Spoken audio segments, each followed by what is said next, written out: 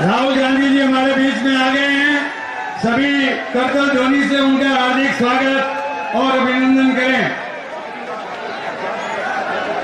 मैं सबसे पहले कांग्रेस के प्रदेश अध्यक्ष श्री गोविंद सिंह जी से आग्रह करता हूं कि वे माल्यार्पण कर राहुल गांधी जी का स्वागत करें।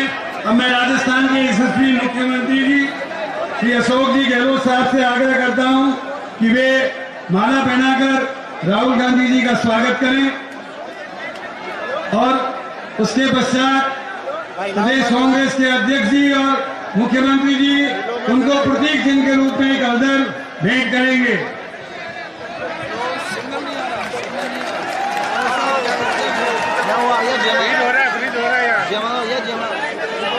आप करतल ध्वनि से उनका स्वागत करें। अब मैं प्रदेश कांग्रेस के अध्यक्ष श्री गोविंद सिंह जी डोटासरा से आग्रह करता हूं कि वे अपना उद्बोधन दें। श्री गोविंद सिंह जी डोटासरा। नहीं हुआ, यहाँ दिक्कत है, उनको बोलो रिमोट पे ले ले। राम राम साहब, हमारे नेता परम आदरणीय राहुल गांधी जी, हमारे मुख्यमंत्री आदरणीय श्री अशोक गहलोत जी, हमारे अखिल भारतीय कांग्रेस कमेटी के महासचिव इंचार्ज राजस्थान आदरणीय अजय माकन जी, आदरणीय सचिन पायलट जी, मोहन प्रकाश जी, मीना जी, अखिल भारतीय कांग्रेस कमेटी के महासचिव ऑर्गेनाइजेशन आदरणीय केसी वेणुगोपाल जी, यूथ कांग्रेस NSUI सेवा दल के हमारे अध्यक्ष साहिबान, सम्मानित मंच, किसान भाइयों और कांग्रेस पार्टी के कार्यकर्तागण, आज हमारा सौभाग्य है कि हमारे राजस्थान की इस धरा के ऊपर हनुमानगढ़ और गंगानगर जिले में किसानों की सुध देने के लिए, किसानों की आवाज को बुलंद करने के लिए हमारे महबूब नेता परम आदरणीय राहुल गांधी जी आए हैं। हम इनका करतल ध्वनि के साथ में स्वागत करते हैं, अभिनंदन करते हैं। मैं सम्मानित मंच का भी हार्दिक स्वागत करता हूं प्रदेश कांग्रेस कमेटी अध्यक्ष के नाते, और आप किसान भाइयों का भी हार्दिक धन्यवाद और स्वागत करना चाहता हूं कि आप सब लोग आए। 2014 में जिन लोगों ने किसान की आमदनी को दोगुना करने का वादा करके किसान की उपज के ऊपर 50% मुनाफा दिलाने का वादा करके 2 करोड़ बेरोजगारों को 1 साल में नौकरी देने का वादा करके किसान को खुशहाल करने के सपने दिखा करके जो लोग सत्ता में केंद्र में बैठे थे, आज हम उनसे पूछना चाहते हैं कि उन्होंने जो वादे किए थे उन वादों का क्या हुआ। जब NDA 1 थी तो तब जो सर्वसम्मति से कानून लैंड एक्विजिशन का, भूमि अधिग्रहण का जो कानून बना, यूपीए सरकार ने, सोनिया गांधी जी ने, मनमोहन सिंह जी ने बनाया, उस कानून को सबसे पहले देश का प्रधानमंत्री बनते ही मोदी जी ने किसानों की जमीन के ऊपर अपने पूंजीपति मित्रों का डाका डलवाने के लिए, चेंज करने के लिए लोकसभा और राज्यसभा में लेके आए। मैं धन्यवाद देना चाहता हूं कि किसानों ने जब इसका ऐतराज किया तो हमारे नेता आदरणीय राहुल गांधी जी ने किसानों का साथ दिया और एक ऐसा बिगुल बजाया कि इस मोदी सरकार को मुंह की खानी पड़ी, और उनका जो कानून था भूमि अधिग्रहण का, वो जो किसान के हित में हमारी सरकार ने, सोनिया गांधी जी ने बनवाया था, उस कानून को वापस रखना पड़ा। जब दोबारा वोट आए तो 5 साल में हिसाब देने की बात करने वाले, कांग्रेस से 70 साल का हिसाब मांगने वाले वो मोदी जी सेना के शौर्य के पीछे छुप करके, वार करके और दोबारा सत्ता में आ गए। दोबारा जब सत्ता में आए, तेल बेचा, तेल कंपनियों को बेचने का काम किया, LIC को बेचा, रेल को बेचा, लेकिन राहुल जी, एक किसान इस मोदी जी से पूछना चाहता है कि अरे आपने तेल बेचा, हमने कोई परवाह नहीं की, आपने बीमा बेची, हमने कोई परवाह नहीं की, लेकिन आपने तो इस अन्नदाता के लिए आपने अन्नदाता को परेशान करने के लिए अपनी आत्मा बेच दी और इस आत्मा के कारण से आज ये 3 काले कानून लेकर के आए। ये गुपचुप में क्यों लेके आए? 3 साल पहले अडानी और अंबानी ने बड़े बड़े शोरूम कैसे बना लिए, गोदाम कैसे बना लिए, ये पूछना चाहते हैं। राहुल गांधी जी, ये राजस्थान का किसान है, ये अन्नदाता आपकी हुंकार के पीछे खड़ा मिलेगा। आप जिस तरीके से इस मोदी सरकार को घेरने का काम करते हो, मैं समझता हूं ये सारे पलक पावड़े बिछा करके आपका स्वागत करने के लिए आए हैं, आपसे कंधे से कंधा मिला करके बिगुल बजाने के लिए आए हैं। आज 100 दिन से जो किसान धरने के ऊपर बैठे हैं, मोदी जी उनको आतंकवादी कहते हैं, उनको चोर लुटेरे कहते हैं। ये चोर और लुटेरे नहीं है, ये देश के वो अन्नदाता हैं जिनके वोट से मोदी जी बने थे। लेकिन जो अन्नदाता के वोट से जो वजीर बना, आज वो नोटों वाले मित्रों का वजीर बनकर के रह गया है। ये राजस्थान के किसान भली भांति जानते हैं। इस धरा के ऊपर पहले जब बीजेपी का राज था तो राहुल जी गढ़साना में किसानों ने पानी मांगा, रावला में किसानों ने पानी मांगा और पानी पे भाजपा की सरकार ने गोलियां मारी थी। यहाँ कई लोग किसान शहीद हो गए थे। ये किसानों की धरती है। ये किसान कांग्रेस से प्यार करते हैं। कांग्रेस और किसान का चोरी दामन का साथ में है। हम आपके लिए जान देने को तैयार हैं। जो किसान के लिए जान देता है, किसान उसके लिए अपनी जान देता है।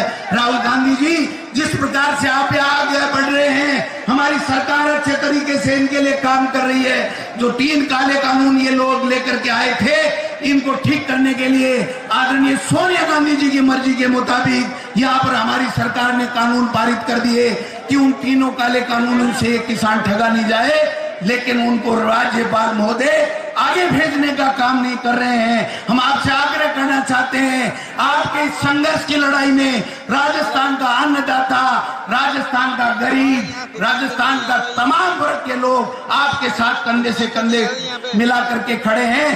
कांग्रेस को मजबूत करना चाहते हैं, क्योंकि ये जानते हैं कि कांग्रेस और राहुल गांधी एक ऐसी चीज है जो इस किसान का, गरीब का भला कर सकती है। इसलिए मैं निवेदन करना चाहूंगा, इस तरह के ऊपर आपका स्वागत है।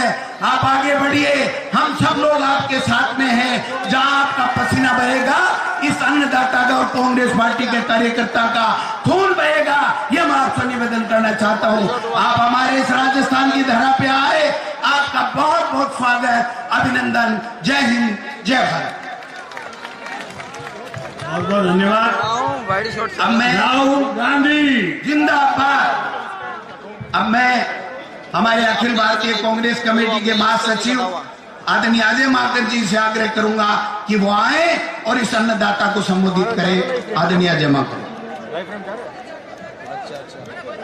परम आदरणीय हमारे नेता राहुल गांधी जी, मुख्यमंत्री श्री अशोक गहलोत साहब, केसी वेणुगोपाल साहब, सचिन पायलट जी, हमारे यहाँ पर राजस्थान के बहुत ही जोशीले और कर्मठ प्रदेश कांग्रेस कमेटी के अध्यक्ष भाई गोविंद सिंह डोटासरा साहब, मंच पर उपस्थित हमारे ऑल इंडिया यूथ कांग्रेस के, ऑल इंडिया एनएसवाई के अध्यक्षगण, स्टेट के तमाम सर्कल ऑर्गेनाइजेशंस के मुखियागण, रघुवीर मीना जी जो वर्किंग कमेटी के मेंबर हैं, यहाँ पर उपस्थित तमाम हमारे किसान साथियों, भाई और बहन, मैं बहुत ही संक्षिप्त में राजस्थान प्रभारी होने के नाते राहुल जी का स्वागत और धन्यवाद दोनों करना चाहता हूँ कि राहुल जी, आपने आज राजस्थान को चुना कि यहाँ पर आकर के किसानों की आवाज, किसानों की लड़ाई को आप यहाँ से राजस्थान की जमीन से उठाएंगे।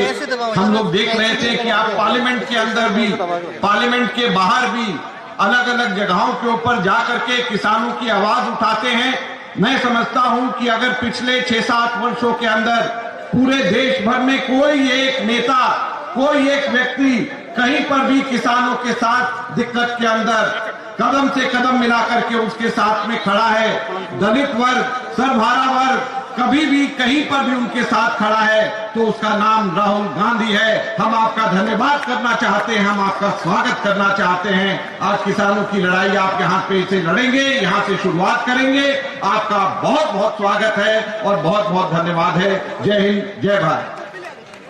खाट टूट गई। अब मैं आग्रह करूंगा हमारे राजस्थान के यशस्वी मुख्यमंत्री आदरणीय अशोक गहलोत जी आए और अपनी बात गहलोत साहब।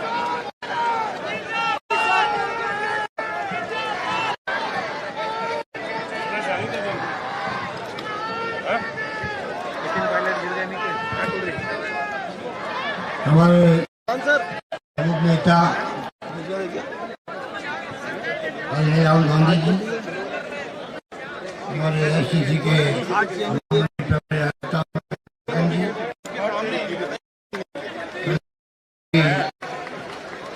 और मेंबर पार्लियामेंट राजस्थान खाट टूटी थी। लोकसभा में वेणुगोपाल जी, प्रदेश कांग्रेस के अध्यक्ष गोविंद चौटाला जी, पूर्व अध्यक्ष सचिन पायलट जी, हमारे वरिष्ठ नेता विजय कल्ला जी, वहाँ से रिमोट पे ले लिया। वर्किंग कमेटी के मेंबर रवि मीणा जी, मेरा तो हाथ जाएगा तमाम उपस्थित यहाँ यूथ कांग्रेस अध्यक्ष आए हैं दिल्ली से श्रीनिवास जी, अनिश्वर अध्यक्ष कुंदन जी, गणेश गोगरा जी, प्रदेश युवा कांग्रेस अध्यक्ष अभिषेक चौधरी जी, प्रदेश एनएसयू के अध्यक्ष याना रियाज जी, प्रदेश महिला कांग्रेस के अध्यक्षा मोहन प्रकाश जी और तमाम उपस्थित रवि डूडी जी, तमाम उपस्थित हमारे नेतागण, भाई और बहनों, नौजवान दोस्तों, मैं सबसे पहले अपनी ओर से आप सबको राजस्थान प्रदेश की जनता की ओर से हमारे नेता राहुल गांधी जी का हार्दिक स्वागत करता हूँ।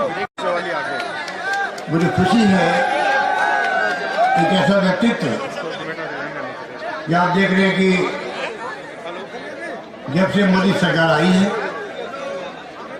जो उनकी फासिस्टी सोच है, लोकतंत्र की हत्या कर रहे हैं, किसान हो, मजदूर हो, आम आदमी दुखी हो गया है, उनकी कथनी में करने में अंतर है। लंबे चौड़े भाषण देते रहते हैं, देशवासियों को संदेश देते हैं। आप देख रहे हो कि किस प्रकार से धीरे धीरे लोकतंत्र खत्म हो रहा देश के अंदर। वोटों का राज है जो कांग्रेस की आदि जन्म दिया हुआ महात्मा गांधी, पंडित जवाहरलाल नेहरू, सरदार वल्लभ भाई पटेल, मौलाना मुकरम आजाद सोच समझ के देश में लोकतंत्र स्थापित किया, लोकतंत्र समाजवाद धर्म देश का। दुर्भाग्य से जो आज सरकार बैठे हुए लोग हैं, उनका कोई विश्वास नहीं है, ना लोकतंत्र में है, ना धर्मनिरपेक्षता में है, ना समाजवाद में। इसीलिए आज हम देख रहे हैं किस प्रकार से 70 दिन ज्यादा हो गए किसानों को इस भरी ठंड के अंदर। किसान लोग सीमा में बैठे हुए हैं, दिल्ली सीमा में बैठे हुए हैं।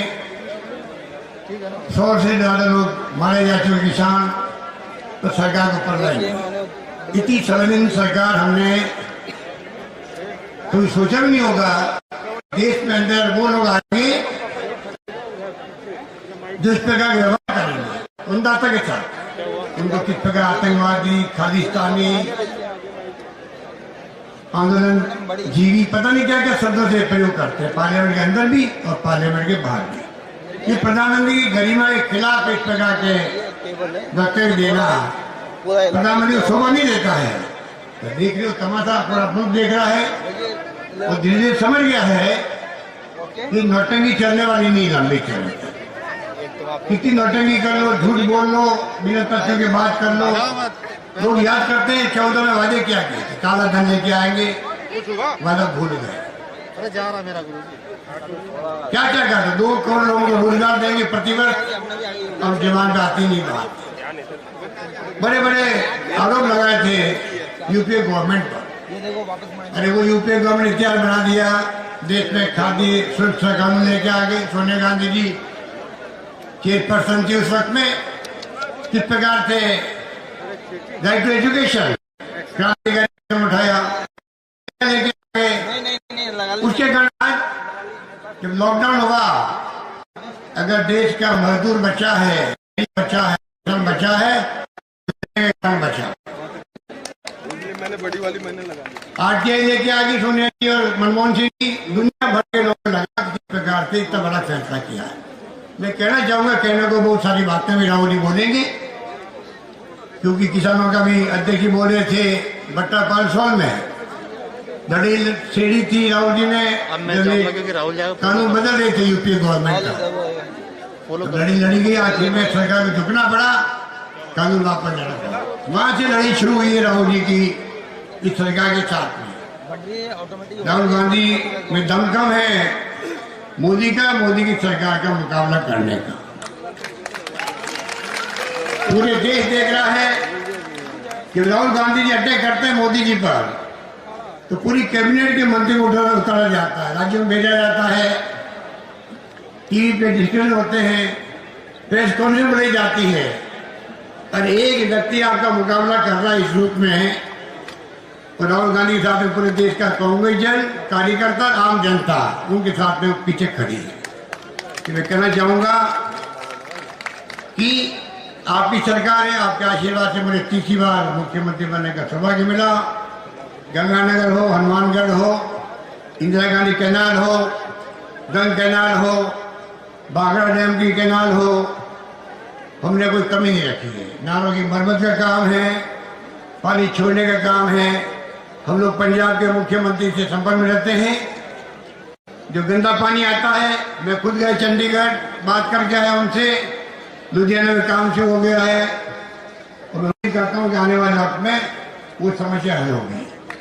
और जो मांगा आप लोगों ने, चाहे महिला कॉलेज मांगी हो, हमारे चौधरी साहब एमएलए हनुमानगढ़, चाहे वो गवर्नमेंट कॉलेज मांगी हो, मेडिकल कॉलेज की बात हुई हो, एक के बाद एक हम लोग वो फैसले करें जो कि आपको आपकी मांगे होती है।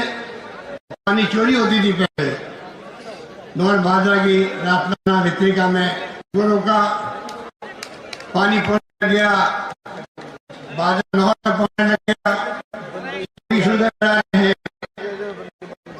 इस प्रकार से जितनी कहीं तो मालूम है, रखना पड़ता है आप लोग।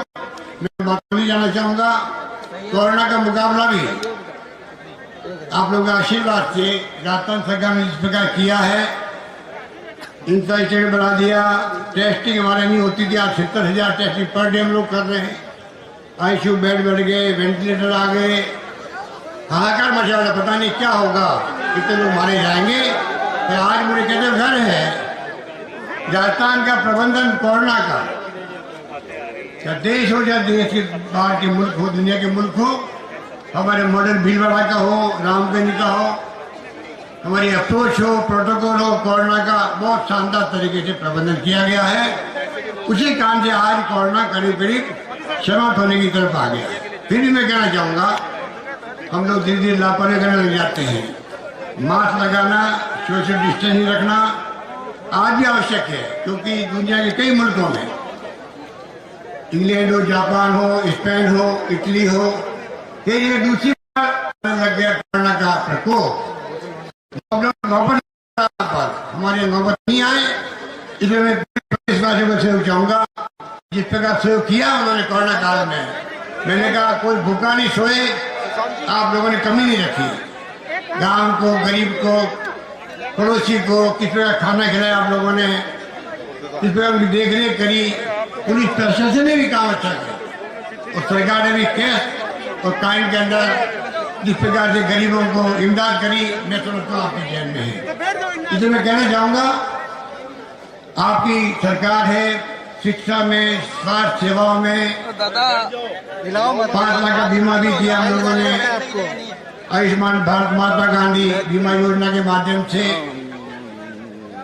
शिक्षा में, स्वास्थ्य में, सड़कों में, पानी में, बिजली में, सिंचाई में, तो लंबी बातें करने की जरूरत नहीं है। डीपीओ के निर्माण हमने करवाया, 2.5 लाख रुपए हमने सब्सिडी दी थी, उस वक्त अनुदान दिया था, तो बाद में बंद कर दिया। सोलर में हम पंप लगाए थे, 86% सब्सिडी दी थी, वो बंद कर दी गई। तो फिर भी आप दिमाग में रखें, निश्चित करें, आने वाले वक्त में और भी ज्यादा चाहे सिंचाई की बात हो, चाहे वो शिक्षा की बात हो, स्वास्थ्य सेवाओं की बात हो, जो समस्या आपकी है किसानों की, उस पर पूरा ध्यान देंगे। एक ही बात करके मैं अपनी बात समाप्त करता हूँ, और बात यह है, ये चेहरा किसान विरोधी है एनडीए गवर्नमेंट का। आपको याद होगा पिछली बार मैं मुख्यमंत्री था, दूसरी बार हमने 150 रुपये बोनस दिया था गेहूं के अंदर प्रति क्विंटल। आप बताइए क्या कारण था? सरकार बदलने के बाद में मोदी जी गवर्नमेंट आते ही उसको बंद कर दिया गया। स्टेट गवर्नमेंट पैसा दे रही है, आपको क्या तकलीफ हो रही थी? क्या तकलीफ थी आपको? आपने रोक लगा दी, कोई राज्य सरकार बोनस नहीं दे सकती। तो आप सोच सकते हो जिस प्रधानमंत्री की, जिस सरकार की सोच ये हो, वो कैसे किसानों की बात कर सकती है, उनकी भावना समझ सकती है। आज भावना समझते तो आज ऐसे अल्फाज नहीं बोले जाते जो किसानों के समुदाय को बोले जा रहे हैं। देश के अंदर देश देख रहा है, पूरा देश का किसान राहुल गांधी की तरफ देख रहा है, लगातार संघर्ष कर रहे हैं। पंजाब से हरियाणा से शुरुआत करी थी, शुरुआत राहुल गांधी ने करी थी, क्योंकि राहुल गांधी ने हमेशा दूरदर्शी रखी। कोरोना आया था 12 फरवरी में, राहुल गांधी ने कह दिया था कि कोरोना पूरे देश में आतंक बचा सकता है। परवाह नहीं करी। 12 फरवरी को अगर परवाह करती मुख्यमंत्री, प्रधानमंत्री करते परवाह, ये कोरोना का प्रकोप ऐसा नहीं फैलता। उनको तो चिंता थी मध्य प्रदेश सरकार कैसे गिराएं। उसके बाद में हम लोग रोक लगाएंगे। उस वक्त तक लापरवाही हुई, ट्रम्प साहब आए, गुजरात ले गए उनको, नमस्कार ट्रम्प होता गया, कोरोना फैलता गया। अगर राहुल गांधी 12 फरवरी को कहा उस पर चलते तो मेरे ख्याल से नौबत नहीं आती, कोरोना तो फैलता भी नहीं। उनको तो कभी कर्नाटक, कभी मध्य प्रदेश, उसके बाद राजस्थान में प्रयास किए, उनकी दाल नहीं गई, वो अलग बात है। तो कहना चाहूंगा मैं आपको कि इस प्रकार की जो सोच हो तो कहाँ वो ध्यान रखेगी जनता। इतने का मौका उनको मिल गया, 2 बार मेरे को मौका मिल गया, अब जनता उनकी असलियत समझ चुकी है। यही बात कहता हूँ मैं, पुण्य आप सबको अपील करूंगा, आप निश्चिंत रहें, कोई कमी नहीं आएगी। आने वाले हम सब मिलकर के राजस्थान के चौमुखी विकास करेंगे। धन्यवाद, जय हिंद, धन्यवाद। अब मैं बुलाना चाहूंगा हमारे महबूब नेता और अन्नदाता का साथ देने वाले नेता आदरणीय राहुल गांधी जी को बुलाना चाहूंगा। आदरणीय राहुल गांधी।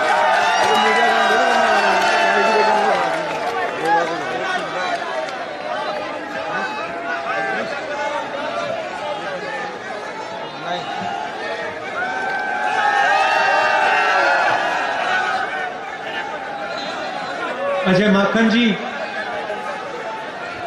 अशोक गहलोत जी, गोविंद सिंह दोतासरा जी, केसी वेणुगोपाल जी, सचिन पायलट जी,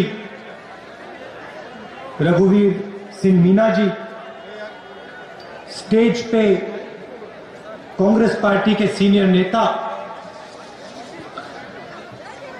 भाइयों और बहनों, किसानों, आप सबका यहां दिल से मैं स्वागत करता हूं।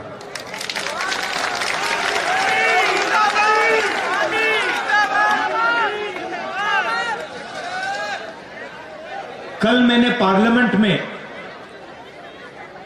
किसानों के मुद्दे पे भाषण किया और पार्लियामेंट में मैंने ये जो नए 3 कानून नरेंद्र मोदी लाए हैं, इनका लक्ष्य, इनके पीछे सोच मैंने समझाई। आज भी मैं आपके लिए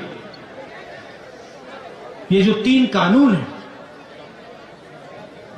आपको मैं ये समझाना चाहता हूं, इनका लक्ष्य क्या है, इनकी सोच क्या है और मोदी जी इन कानूनों को क्यों ला रहे हैं। हिंदुस्तान का सबसे बड़ा बिजनेस,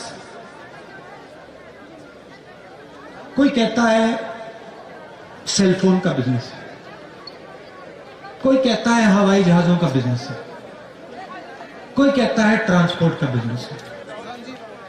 मगर सच्चाई है कि हिंदुस्तान का सबसे बड़ा बिजनेस कृषि का बिजनेस है।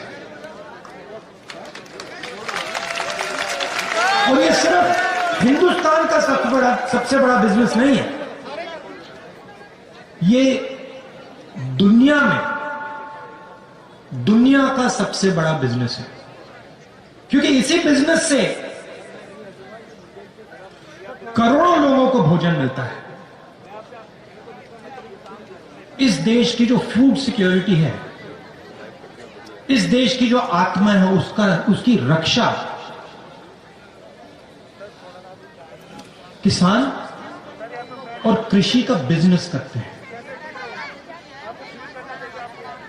आज इस बिजनेस को कोई एक व्यक्ति नहीं चलाता है। आज आप इस बिजनेस को देखें तो हिंदुस्तान की 40% जनता इस बिजनेस के भागीदार हैं, इस बिजनेस को चलाते हैं। 40% मतलब करोड़ों लोग इस धंधे को हिंदुस्तान के लिए चलाते हैं। उसमें किसान शामिल हैं, मजदूर शामिल हैं, छोटे दुकानदार हैं, व्यापारी हैं, अड़तिया हैं। करोड़ों लोग मिलकर इस बिजनेस को चलाते हैं। और कांग्रेस पार्टी की कोशिश रही है कि इस धंधे को हम कभी किसी एक व्यक्ति के हाथ में ना जाने दें। यह हमारा लक्ष्य रहा है। आजादी के दिन से आज तक ये हमारा लक्ष्य रहा है कि ये जो धंधा है, ये हिंदुस्तान के 40% लोगों का धंधा ही रहे, इनकी भागीदारी हो और किसी एक व्यक्ति के हाथ में यह धंधा ना चला जाए। और उसके लिए कांग्रेस पार्टी सालों से लड़ रही है। उदाहरण आपको दिखते हैं। अमूल कंपनी है, कांग्रेस पार्टी लाई थी। लाखों किसानों की कंपनी है, पूरे देश में दूध देती है, दूध डिलीवर करती है। तो हमारा लक्ष्य रहा है कि कोई एक व्यक्ति इस बिजनेस को मोनोपोलाइज ना कर जाए। अब बात करते हैं 3 कानूनों की। 3 कानून क्या हैं? पहला कानून कहता है, और इसको आप अच्छी तरह सुनिए क्योंकि यह आपको मीडिया में नहीं सुनाई देगा। बहुत सरल चीज है, मुश्किल नहीं है, मगर मीडिया नहीं समझाएगा। क्योंकि जो लोग, सुनिए अच्छी तरह सुनिए, क्योंकि जो लोग कृषि के बिजनेस को छीनना चाहते हैं, मीडिया उन्हीं का है।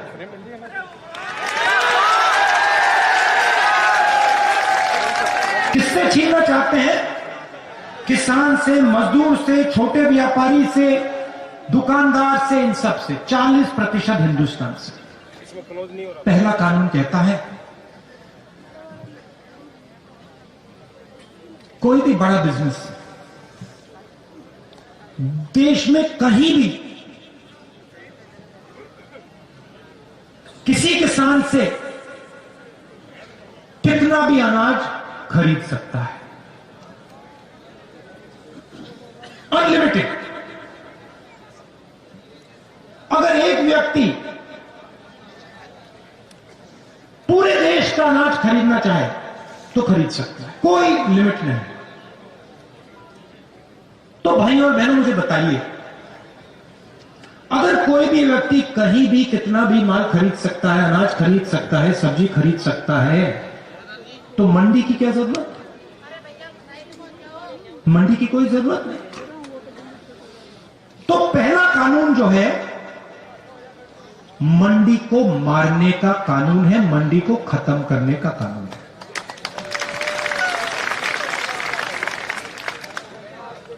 दूसरा कानून कहता है कि कोई भी उद्योगपति कितनी भी सब्जी कीमती फल कितनी भी देर के लिए स्टोर कर सकता है, रख सकता है, कोई लिमिट नहीं। अगर एक व्यक्ति के पास कंपनी हो, वो पूरे देश के गन्ने को स्टोरेज में रख सकता है। मतलब यह व्यक्ति जो पूरे देश में स्टोरेज कर सकता है, वो दाम को कंट्रोल कर पाएगा। बात समझिए, आज क्या होता है? आज अनाज मंडी में बिकता है, जमाखोरी कोई नहीं कर सकता, कानून के खिलाफ है।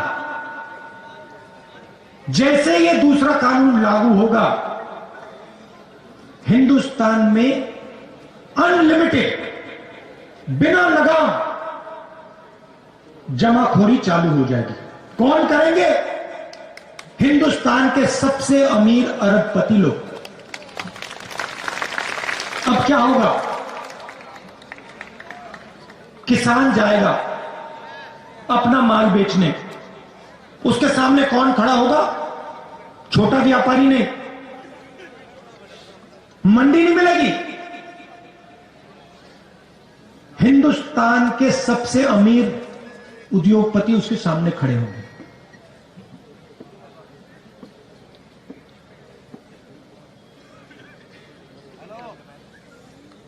तीसरा कानून कहता है कि जब हिंदुस्तान का किसान उस उद्योगपति के सामने जाके खड़ा होगा और अपने अनाज के लिए, अपने फल के लिए, अपने सब्जी के लिए सही दाम मांगेगा, तो वो किसान अदालत में नहीं जा सकता। पहला कानून मंडी को मारने का, दूसरा कानून एसेंशियल कमोडिटीज एक्ट को खत्म करने का और जमाखोरी चालू करने का, और तीसरा कानून किसान के हाथ से न्याय छीनने का। ये है 3 कानून। लक्ष्य क्या है? लक्ष्य है कि ये जो 40% हिंदुस्तान की जनता का धंधा है, ये सिर्फ 2-3 लोगों के हाथ में चला जाए। एक ही कंपनी पूरे देश का अनाज बेचे, एक ही कंपनी पूरे देश की फल और सब्जी बेचे। और मैं आपसे पूछना चाहता हूं, अगर एक ही कंपनी पूरे देश का अनाज बेचेगी, पूरे देश की सब्जी, पूरे देश का फल बेचेगी, तो जो आज फल और सब्जी बेचते हैं, जो सड़कों पे मूंगफली बेचते हैं, जो चना बेचते हैं, जो फल सब्जी अनाज बेचते हैं, उनका क्या होगा? जो आज छोटे व्यापारी, उनका क्या होगा? भाइयों और बहनों, ये सब लोग बेरोजगार हो जाएंगे। तो एक बात समझिए, ये किसानों पर आक्रमण नहीं, ये हिंदुस्तान के 40% जनता पर आक्रमण है। बात सिर्फ यह है कि किसान सबसे जागरूक है, किसान को बात पहले समझ आ गई, और किसान सबसे आगे खड़ा है। अंधेरे में किसान ने टॉर्च मार रखी है, क्योंकि किसान को भविष्य दिख रहा है। अगर ये 3 कानून लागू हो गए, किसान तो गया, उसकी जमीन गई, मगर छोटा दुकानदार भी गया, व्यापारी भी गया, मजदूर भी गया। हिंदुस्तान के 40% लोग बेरोजगार हो जाएंगे। अब मैं आपसे एक सवाल पूछना चाहता हूं, नरेंद्र मोदी जी कहते हैं मैंने ये किसानों के लिए किया। अगर नरेंद्र मोदी जी ने किसानों के लिए किया तो पूरे देश में किसान दुखी क्यों? दिल्ली के बॉर्डर पे लाखों किसान क्यों खड़े? 200 किसान शहीद क्यों हुए?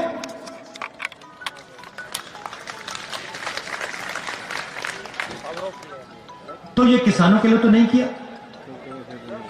ना ये छोटे दुकानदारों के लिए किया, ना ये मजदूरों के लिए किया।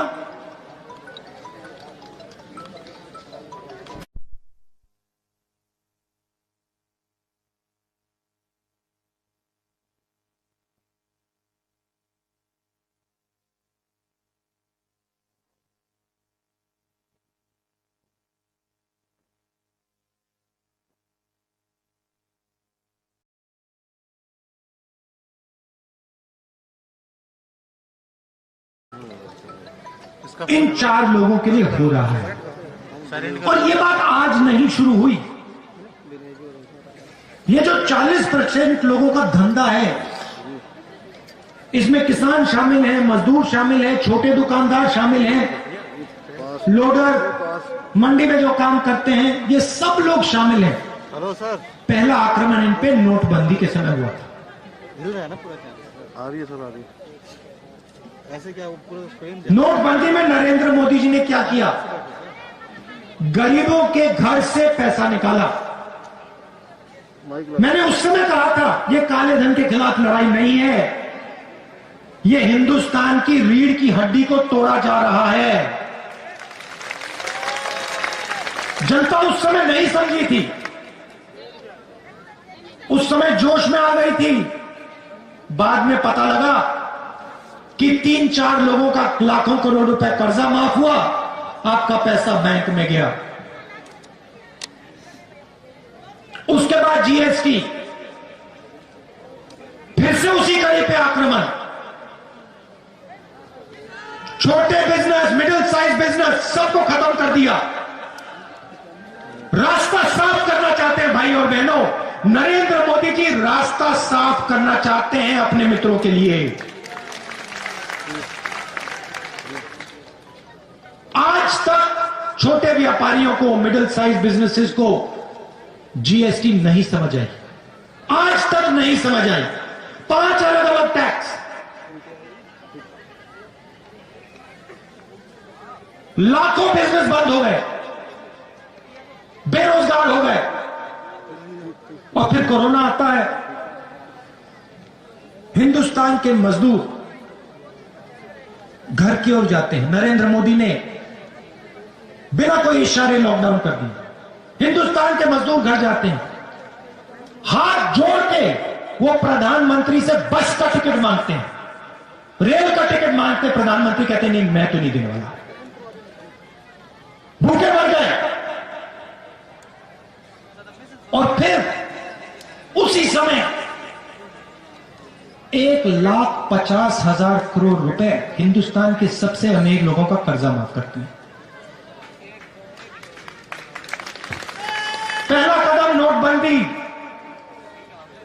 दूसरा कदम जीएसटी, तीसरा कदम कोरोना, और अब चौथा कदम 3 नए कानून।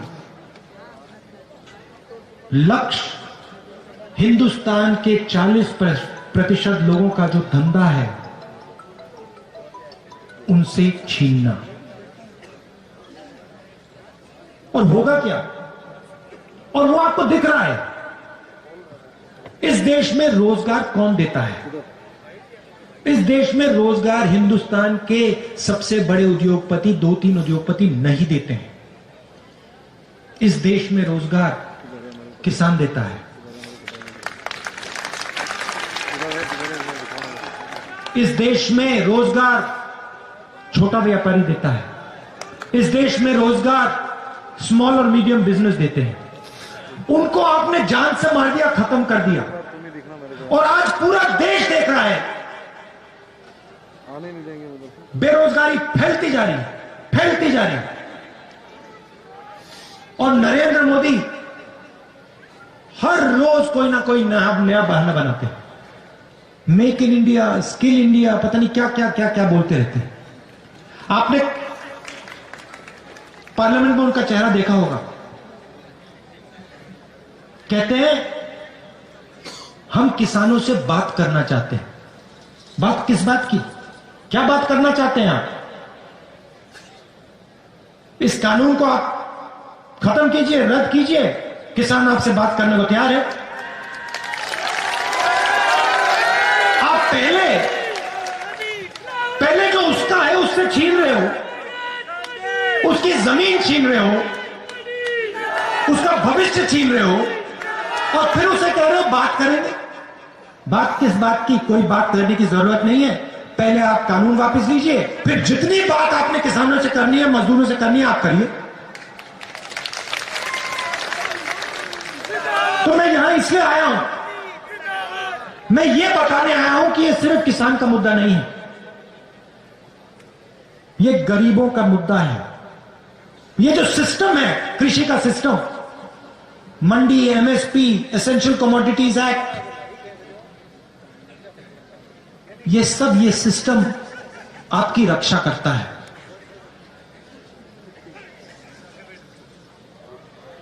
इस ढांचे को नरेंद्र मोदी तोड़ने की कोशिश कर रहे हैं, और मैं आपको यहां आश्वासन देने आया हूं कि कांग्रेस पार्टी किसानों के साथ, मजदूरों के साथ, गरीबों के साथ खड़े होकर ये कानून को आगे हम बढ़ने नहीं देंगे। इन कानून को हम रद्द करके ही दिखाएंगे।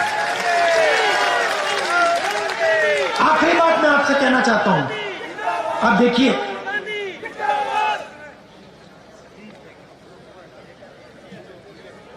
चाइना हिंदुस्तान की जमीन के अंदर आया। हजारों किलोमीटर जमीन चीन की सेना ने हिंदुस्तान से छीनी। हमारे जवानों को शहीद किया, और कल लोकसभा में, राज्यसभा में डिफेंस मिनिस्टर आते हैं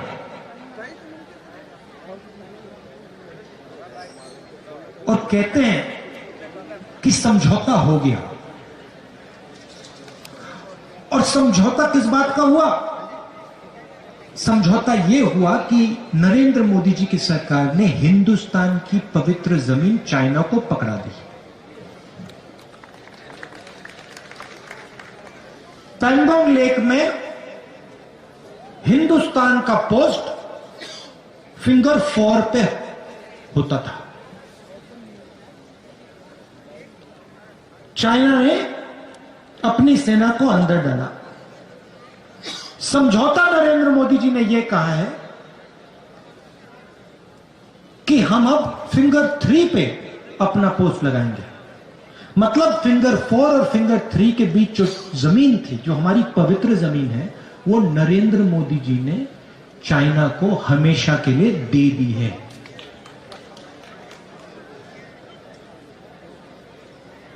चाइना के सामने खड़े नहीं होंगे, किसानों को धमकी देंगे, किसानों को मारेंगे, पीटेंगे, दीवार बनाएंगे, और चाइना को हिंदुस्तान की जमीन देंगे। यह नरेंद्र मोदी जी की सच्चाई है।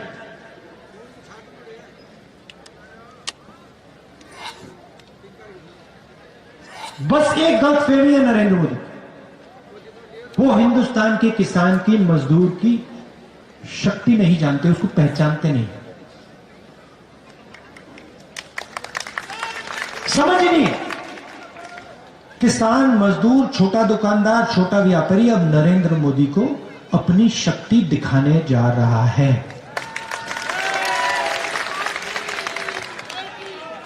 आप सब दूर दूर से आए, इसके लिए दिल से मैं आपका धन्यवाद करता हूं। नमस्कार, जय हिंद।